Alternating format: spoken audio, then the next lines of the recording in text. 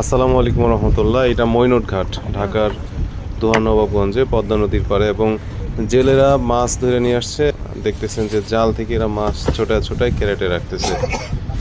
তো এরকম দৃশ্য আসলে খুবই চমৎকার এবং লাইফের চরম অভিজ্ঞতা। তো এখানে জেলেরা তাদের সাক্ষাৎকার দিবে, আপনারা শুনুন, দেখতে থাকুন শেষ পর্যন্ত।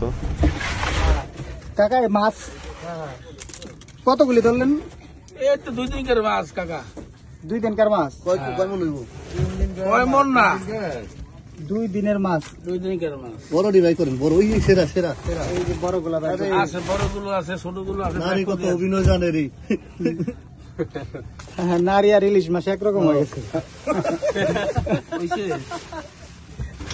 তো এখানে এইভাবেই ঠিকা ঠাকা হিসেবে মাছ বিক্রি করা হয়, এদের কোনো ওজন স্কেল নাই। আপনাদেরকেও মাছ কিনতে হলে আন্দাজের উপরে ঠিকা ঠাকা হিসেবে কিনতে হবে। তো মাছের দামটা তুলনামূলকভাবে এখানে একটু বেশি, যেহেতু বিভিন্ন জায়গা থেকে লোকজন আসে মাছ কেনার জন্য। আপনাদেরকে ওইভাবে প্রিপারেশন নিয়ে আসতে হইব। তো পদ্মার একদম তাজা মাছ খাইতে হলে আসুন, এইখান থেকে একদম তাজা মাছ নিয়ে যান।